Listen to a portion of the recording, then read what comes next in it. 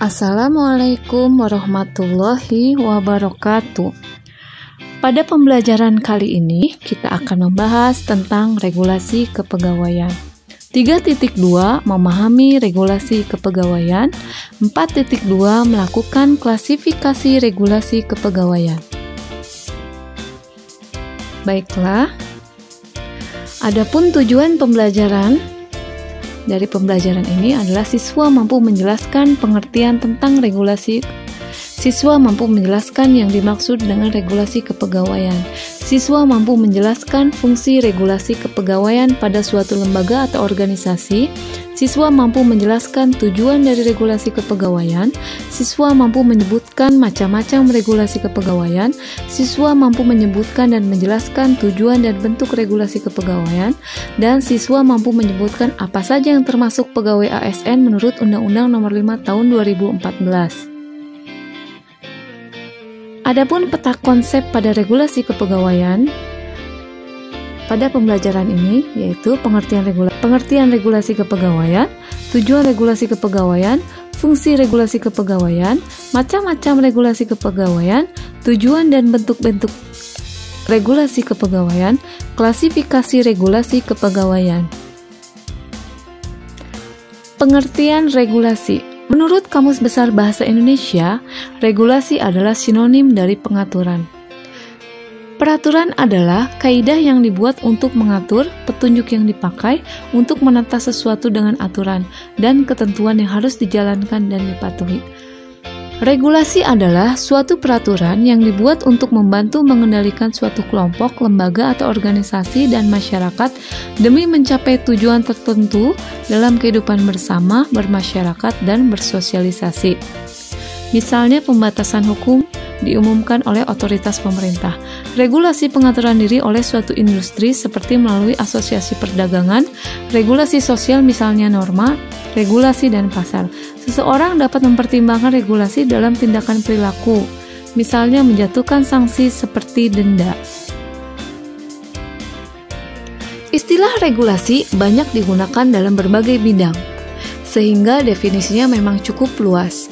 Namun, secara umum, kata regulasi digunakan untuk menggambarkan suatu peraturan yang berlaku dalam kehidupan bermasyarakat.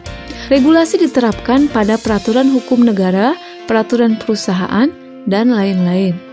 Apabila regulasi dikaitkan dengan kepegawaian, maka dapat dikatakan bahwa regulasi kepegawaian sebagai peraturan yang mengatur seorang pegawai, mulai dari pekerjaan hingga peraturan yang mengatur hak dan kewajiban seorang pegawai. Maka, pegawai dapat menunaikan kewajibannya dengan maksimal karena pegawai tersebut mengetahui bahwa haknya akan terpenuhi. Regulasi kepegawaian adalah peraturan yang dibuat untuk mengatur dan mengendalikan pegawai dalam bertindak ataupun bekerja, agar tujuan yang diharapkan dapat tercapai, bersifat mengikat, baik bagi pegawai, pengusaha maupun pemerintah. Regulasi kepegawaian disusun untuk mengatur pengelolaan kepegawaian secara efektif dan efisien. Tujuan dibuatnya regulasi atau aturan adalah untuk mengendalikan manusia atau masyarakat dengan batasan-batasan tertentu. Dengan adanya aturan di bidang kepegawaian, pegawai, pengusaha, pemerintah, dan pihak lain yang terkait dapat bertindak dan bekerja sesuai dengan standar dalam peraturan yang telah ditetapkan. Dalam peraturan mengenai kepegawaian, diatur antara hak-hak dan kewajiban pegawai, pengusaha, ataupun pemerintah untuk mencegah permasalahan-permasalahan yang mungkin timbul dalam bidang kepegawaian, seperti adanya perbedaan pemberian gaji, permasalahan kinerja pegawai yang buruk, dan sebagainya. Dengan aturan kepegawaian, permasalahan dalam instansi atau organisasi dapat diminimalkan. Fungsi regulasi kepegawaian yaitu menjamin kinerja karyawan, menjaga hak dan kewajiban, dan menjamin kepastian hukum baik bagi pengusaha dan karyawan. Macam-macam regulasi kepegawaian terdapat pada Undang-Undang Nomor 8 Tahun 1974 tentang pokok-pokok kepegawaian, Undang-Undang Nomor 43 Tahun 1974 tentang pokok-pokok kepegawaian, Peraturan Pemerintah Nomor 21 Tahun 1975 tentang sumpah atau janji PNS, Peraturan Pemerintah Nomor 24 Tahun 1976 tentang cuti PNS, Peraturan Pemerintah Nomor 10 Tahun 1979 tentang penilaian pelaksanaan pekerjaan PNS, Peraturan Pemerintah Nomor 32 Tahun 1979 tentang pemberhentian PNS, Peraturan Pemerintah Nomor 45 Tahun 1990 tentang izin perkawinan dan perceraian. Bagi PNS, Peraturan Pemerintah Nomor 20 Tahun 1991 tentang kenaikan pangkat PNS. Tujuan dan bentuk regulasi kepegawaian. Dalam membuat regulasi kepegawaian, tentu harus mengacu pada peraturan pemerintah, misalnya tentang sistem pengupahan atau jam kerja karyawan. Tentu harus mengacu ke perundang-undangan. Dalam hal ini, Undang-Undang Nomor 13 Tahun 2003 tentang Ketenagakerjaan. Contoh, berdasarkan pasal 77 ayat 1 Undang-Undang Nomor 13 Tahun 2003, mewajibkan setiap pengusaha untuk melaksanakan ketentuan jam kerja. Ketentuan jam kerja ini telah diatur dalam dua sistem seperti yang telah disebutkan di atas, yaitu 7 jam kerja dalam 1 hari atau 40 jam kerja dalam 1 minggu untuk 6 hari kerja dalam 1 minggu. 8 hari kerja dalam 1 hari atau 40 jam kerja dalam 1 minggu untuk 5 hari kerja dalam 1 minggu. Menurut pasal 111 Undang-Undang Ketenagakerjaan, peraturan perusahaan memuat tentang hak dan kewajiban pegawai, hak dan kewajiban para pekerja atau buruh, syarat kerja, tata tertib perusahaan, dan jangka waktu berlakunya peraturan pemerintah.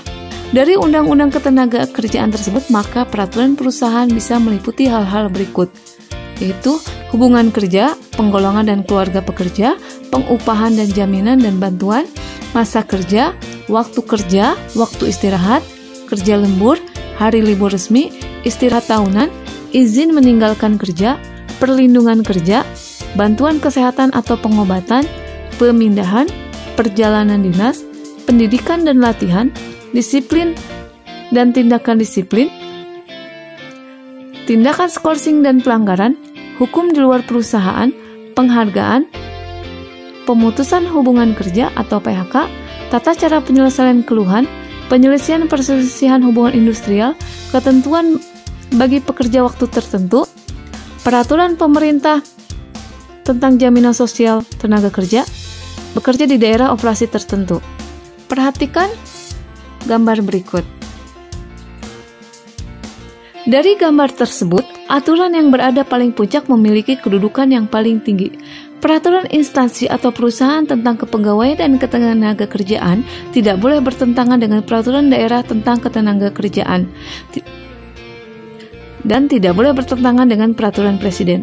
Selanjutnya, peraturan presiden tidak boleh bertentangan dengan peraturan pemerintah, dan seterusnya peraturan pemerintah tidak boleh bertentangan dengan undang-undang. Terakhir, undang-undang tentang ketenagakerjaan tidak boleh bertentangan dengan Undang-Undang Dasar tahun 1945. Regulasi kepegawaian bagi ASN. Semua aspek pengelolaan ASN atau aparatur sipil negara secara umum diatur dalam Undang-Undang Nomor 5 Tahun 2014 tentang aparatur sipil negara.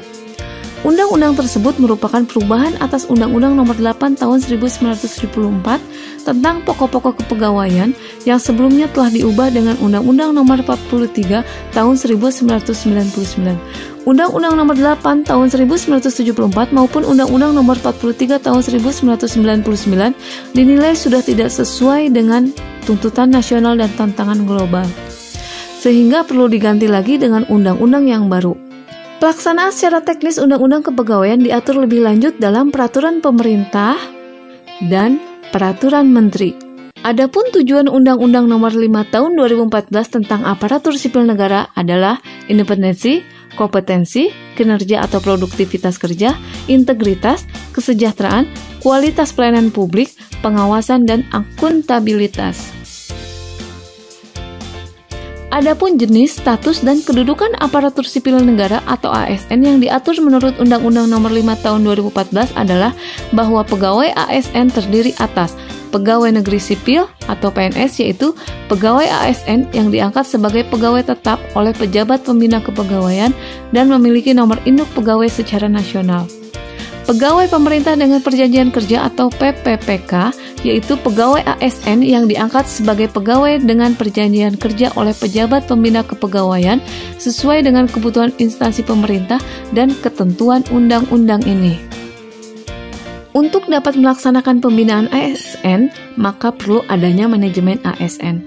Manajemen ASN terdiri manajemen PNS dan manajemen PPPK.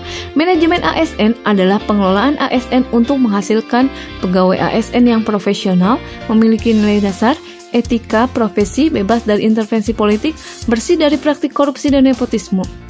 Pegawai ASN berkedudukan sebagai unsur aparatur negara. Dalam Peraturan Pemerintah Nomor 11 Tahun 2017 tentang Manajemen Pegawai Negeri Sipil disebutkan bahwa manajemen PNS meliputi penyusunan dan penetapan kebutuhan, pengadaan, pangkat dan jabatan, pengembangan karir, pola karir, promosi, mutasi, penilaian kinerja, penggajian dan tunjangan, penghargaan, disiplin, pemberhentian, jaminan pensiun, dan jaminan hari tua dan perlindungan. Manajemen PPPK meliputi penetapan kebutuhan, pengadaan, penilaian kinerja, gaji, dan tunjangan, pengembangan kompetensi, pemberian penghargaan, disiplin, pemutusan hubungan perjanjian kerja, dan perlindungan. Dalam upaya menjaga netralitas ASN dari pengaruh partai politik dan untuk menjamin keutuhan, kekompakan, dan persatuan ASN, serta dapat memusatkan segala perhatian, pikiran, dan tenaga pada tugas yang dibebankan, ASN dilarang menjadi anggota dan atau pengurus partai politik. Untuk meningkatkan produktivitas dan menjamin kesejahteraan ASN, dalam undang-undang ini ditegaskan bahwa ASN berhak memperoleh gaji yang adil dan layak sesuai dengan beban kerja, tanggung jawab, dan resiko pekerjaannya. Selain itu, ASN berhak memperoleh jaminan sosial. Baiklah, sekian penjelasan tentang regulasi kepegawaian. Wassalamualaikum warahmatullahi wabarakatuh.